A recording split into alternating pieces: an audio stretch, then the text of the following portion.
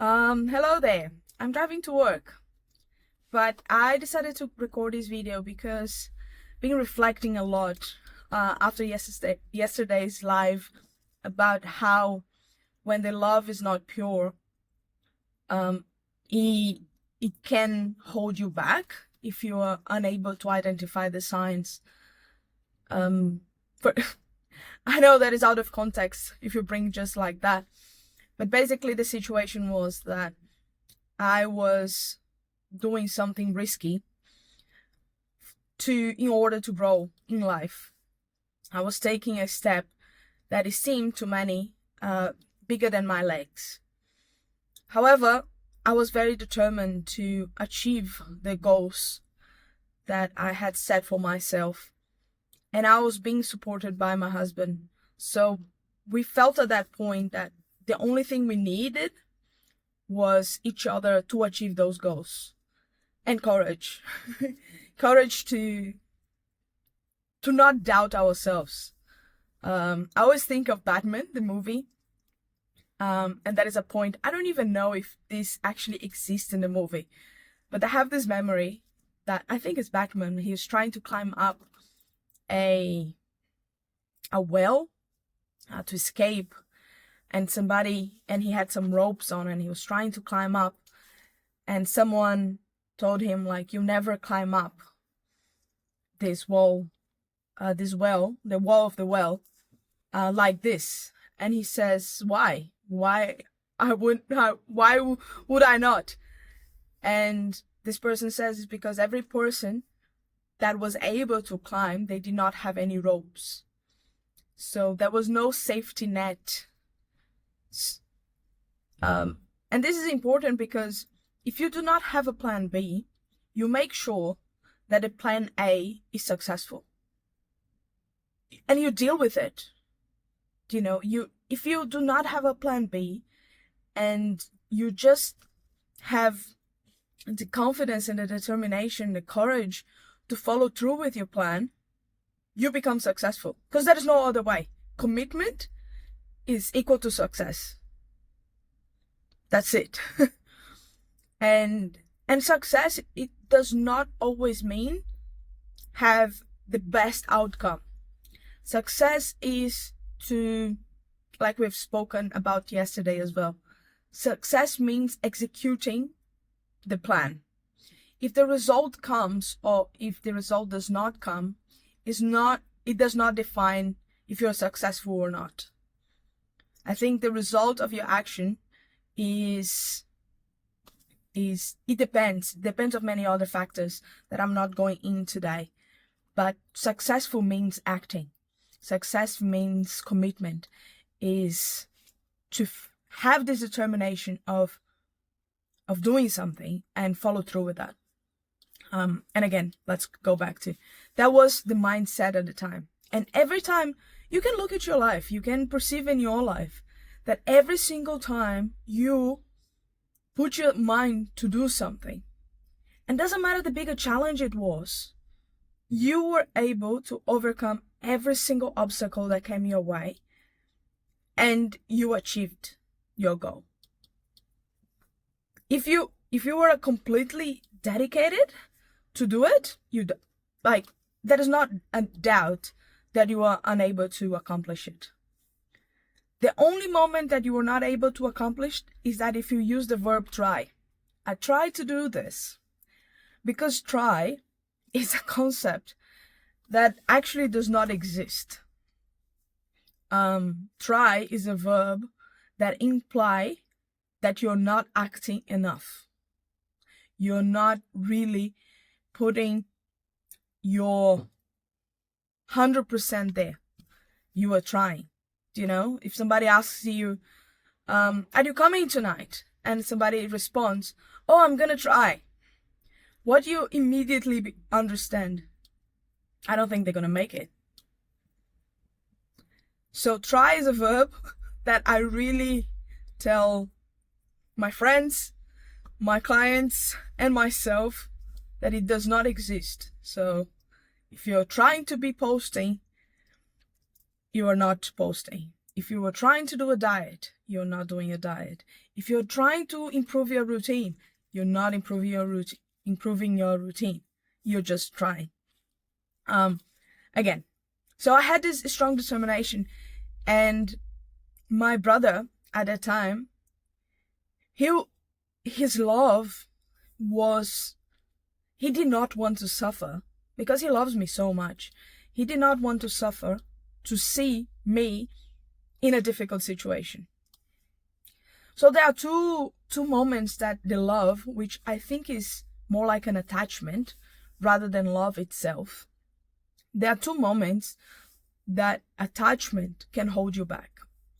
One is when they like you so much that they don't want you to suffer. Because when you suffer, they suffer by default. Right? So it seems a bit selfish, and speaking about this is delicate because we are talking about people that we love as well and we admire. But it goes beyond their conscious level. It goes into their unconscious. So unconsciously, at that point, the fear of somebody suffering implies that I'm also suffering by seeing that person suffering. And therefore, I will stop this person to do it so they don't suffer. And consequently, I'm also not suffering. So that's one part. And the second part is when they think, if this person is in a bad situation at some point, I have to take responsibility for them. So this often happens with parents when the son or the daughter, they decide to do something and they feel, if this goes wrong, I will be the responsible. Therefore, I'm going to stop them to do it in the first place. Because if it goes right, great. But if it doesn't, it's my responsibility to take care of them. And this hinders the progress as well. So there are two ways of hindering the progress through attachment. And if you go to the ancient traditions and knowledge, they really talk bad about attachment. And at the same time, they enhance the value of love. And often we get this mixed up. Love and attachment, it can be mixed up in this context. You say you love someone, but instead of loving someone, you want to control them. And you want to control them because you don't want to suffer or because you feel responsible for them. And obviously, when the parents have a younger child, this is important process to protect the child to grow into a healthy adult. However, if this continues after adulthood, it becomes a emotional tie that hold the adults, children per se, into this realm of acting as a child, being an adult. I don't know if you ever heard the man-child expression that implies that this person is a man but is behaving like a child. Interestingly, there is no concept like that for woman child. In society, that is not such a thing in a name. However, women also can be trapped in those, especially adolescents, this discovery moment of insecurity, this discovery moment of trying to be accepted within that environment, being cared for, being loved. And yeah, so there are two moments of when attachment entraps and pretends to be love, and instead of freeing a person for growth, it hinders your progress. I think this is a very important distinction, because we are dealing with people. We are dealing with people that we love. And if we notice that in others, 100% outside is a mirror of your unconsciousness, right? Unconscious. So from the moment that you perceive it outside, be sure that is within you. If you notice someone being aggressive, you recognize that aggression because you have it. And this is a fundamental process to change. I think this is a very, it's a tip, is one of these hints from the world, is that if you notice something, a negative characteristic on someone, and this really affects you, it's because your characteristic is being exposed. And by exposing that characteristic, you feel vulnerable. Therefore, you don't like it. And this, once you understand that, it really changes your mind. Because the whole process is that once you become aware, you can actually change. But if you never become aware, you're going to be the same. You're going to be literally the same. You're going to grow old. Your body will change, because that's the nature of the universe, is for change. Your body will change, but your mind is going to be stuck in the same concepts that you were for your whole life. So that's another hint of nature. And this is important when you are trying to come out of a situation, that you understand that you are thinking in the same way for the past decade. You're always thinking in the same pattern. You're always doing the same thing, and nothing changes. And the only thing that you can do is complain and say, I'm trying. So if you recognize this dialogue, like internal dialogue, you're always thinking, oh, I'm trying to do this. But I am like this. You have this stagnant mentality that there is no possibility for change. So I just want you to think about that. And when you perceive this love from your peers, from your, Adelaide is such a beautiful city, right? Look at this. It's just a beautiful city. Sorry, got distracted by the colors of the trees. Yeah. It's just beautiful. And again, when you recognize the love, which is actually attachment, masquerade as love in other people, maybe is your parents, maybe is your friends, your family, your brothers, your sisters.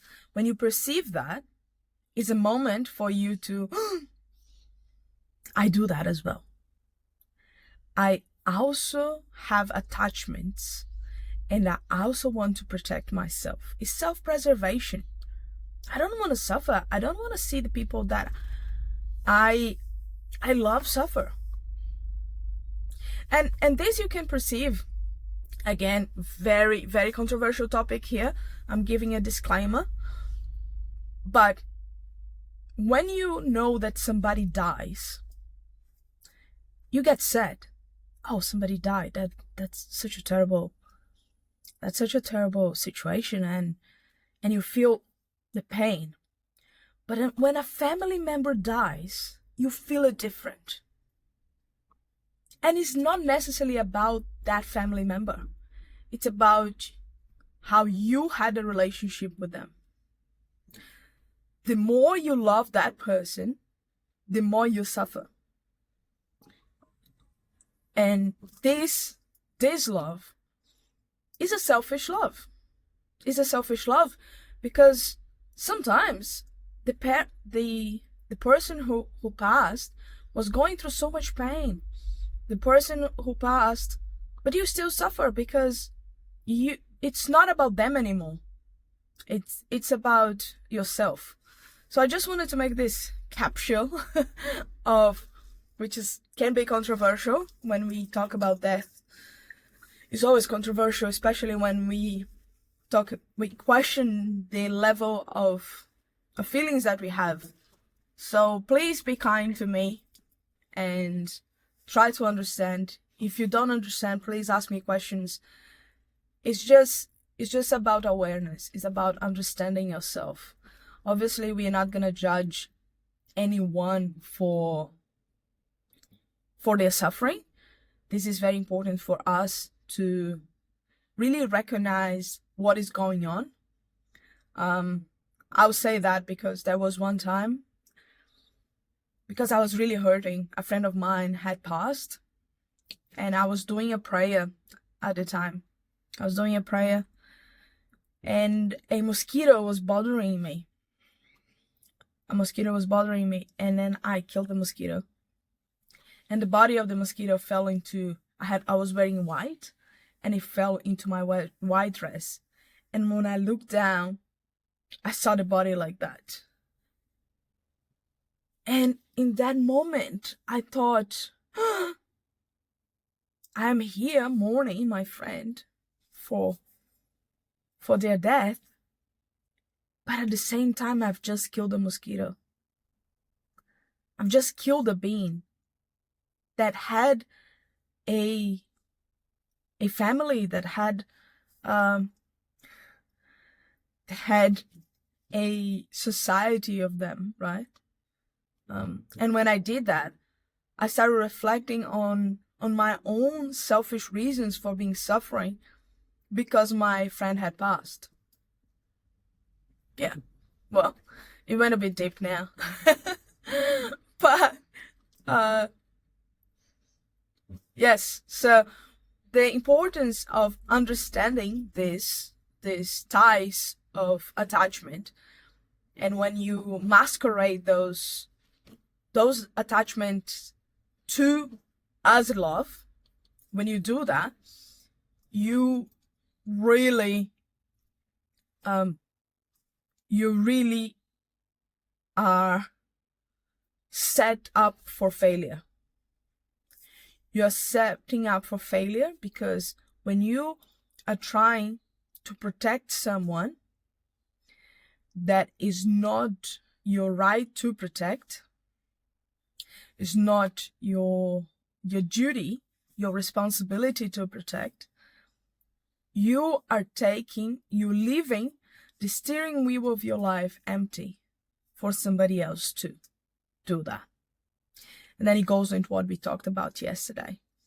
So in the moment that you are concerned about other person's car, other person's way of driving, other person's path,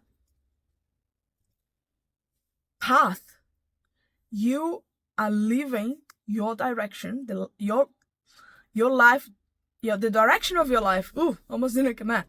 The direction of your life to others. Or instead of somebody else jumping in your car, you're gonna be stuck. You open the doors of your car and your car is gonna be stuck. And instead of you moving forward in life, you're gonna be going backwards or in circles. And you get stuck. So I think it's very, very important for us to really reflect on these topics of love, and question yourself when you say you love someone and you're doing this for love. Are you doing this for love? Are you doing this for attachment?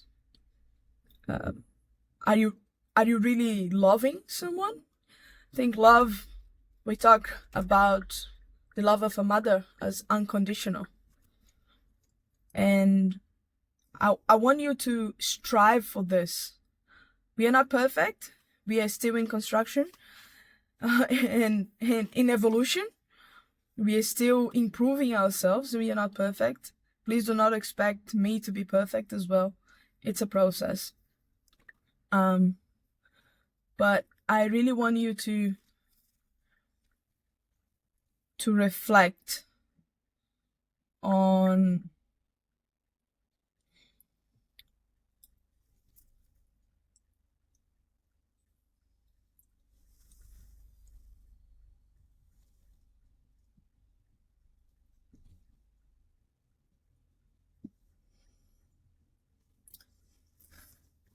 the traffic went a bit. So I really want you to reflect on, are you behaving, are you acting based on love or based in attachment? And if you become aware of these patterns, you understand, now it's time for me to step back. It's time for me to let them have the life they want to have. And this is, I've been working, lately I've been really practicing this, because I'm working in a sector that demands this level of renunciation, a level of respect for the other. That's I think the word is the moment that you let the other person take their own decisions, you respect their autonomy.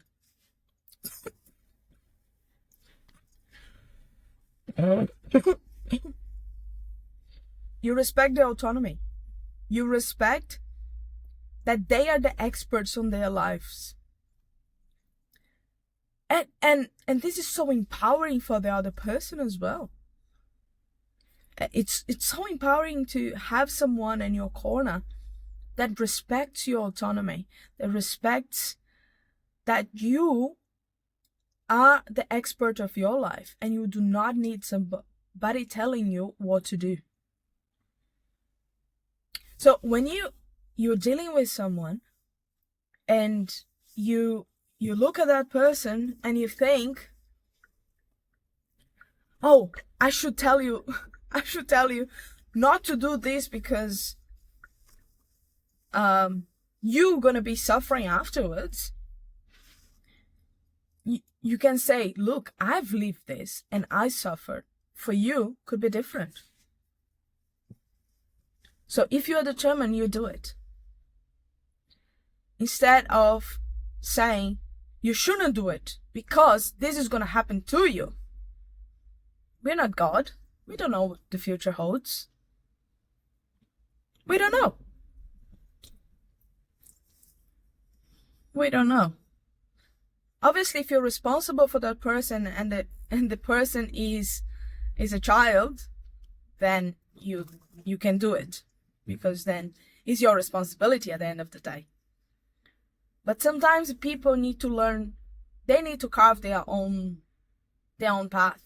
That we have to give at least that to people. We have to let them have the autonomy of choice and deal with the consequences of those choices. And when you love someone unconditionally, you are able to support them throughout this process. And it's not an entrapping love. It's a love that frees you, that you can really flourish with that type of love. Anyway, I hope this was a little helpful for you. I really enjoyed talking. I know that I couldn't give you 100% of my attention today. This was stuck here after yesterday and I had to put it out. And this was the first moment that I had. And at least you had the beautiful look at Adelaide City. We have beautiful trees, and now it's winter, so it's a bit cold. So it has this romantic vibe to it. I hope you enjoyed, and I see you next time. Bye bye.